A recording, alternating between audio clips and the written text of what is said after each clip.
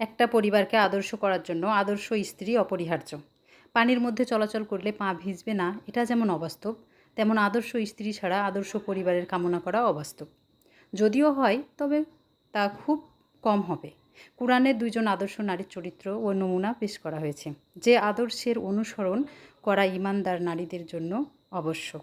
তার একজন হচ্ছেন ফেরাউনের স্ত্রী আছিয়া। ফেরাউন ছিল স্বৈরাচারী, সীমালঙ্ঘনকারী, নির্যাতনকারী, আল্লাহদ্রোহী, লৌহ শলাকাধারী, প্রচণ্ড প্রতাপশালী সম্রাট।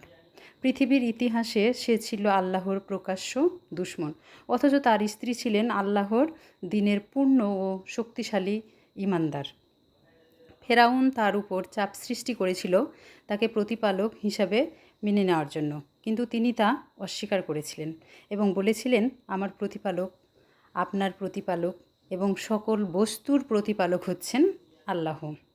তখন ফেরাউন ভীষণ ক্রুদ্ধ হয়ে তাকে খুব কঠিন শাস্তি দিয়েছিল। ফেরাউন তার 4 হাত পায়ে পেরেক মেরে বুকের উপর পাথর চাপিয়ে শাস্তি দিত। তিনি এই আল্লাহ বিরোধী কঠোর মেজাজি সম্রাটের